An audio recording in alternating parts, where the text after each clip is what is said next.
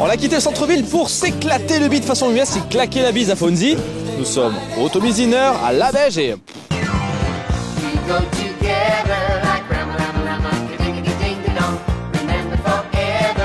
Voilà, donc agréablement surpris la première fois que je venais dans cet endroit. Et ça m'a beaucoup plu de venir ici pour la première fois, je trouve ça très génial.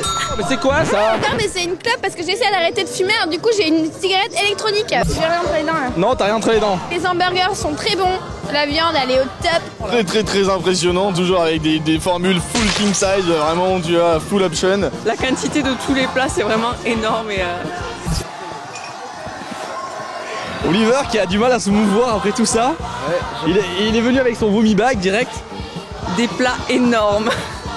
On peut pas les finir, c'est pas possible et je pense qu'on va être obligé d'aller danser pour éliminer tout ça. Alors parle-nous de ton expérience super jumbo de la mort là.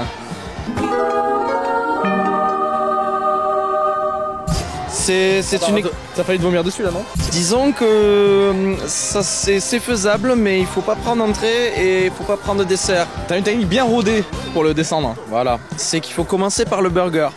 Faut pas commencer par les frites et les onion rings, sinon tu arrives pas à finir le burger. D'accord. Et les frites, tu les planques discretos entre les trucs des banquettes, c'est ça? Les oreilles, le nez, le caleçon, les voisins, partout où tu peux quoi. Faut juste rentrer un peu le bide en sortant, mais tu sais que je suis le pro pour ça. Comme Elvis. Comme Elvis. Oh, oh. Moi j'adore les hamburgers, j'adore les années 50, les jukebox et tout ce qui va avec. Ça me plaît beaucoup, les couleurs roses et tout, j'aime beaucoup le rose. Il y a plein de cadres des années 50 et puis la musique rockabilly à fond. Moi j'aime beaucoup et... J'aime beaucoup cet endroit et la première raison c'est parce que y a ma boisson préférée, la pina colada. Ce qu'on disait depuis tout à l'heure au niveau du repas, c'est que ça manque quand même des serveuses avec les patins roulettes quoi. Ils ont essayé et c'est pas évident en fait ici. Quoi.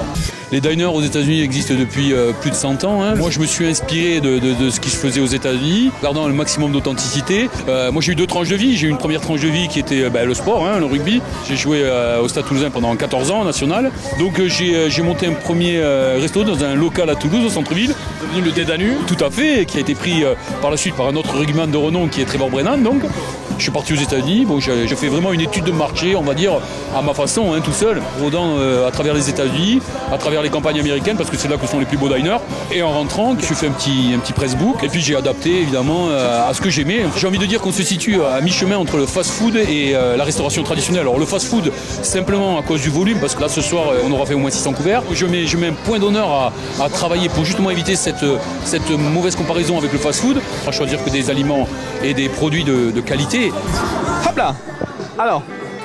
Oui. On va la bourre.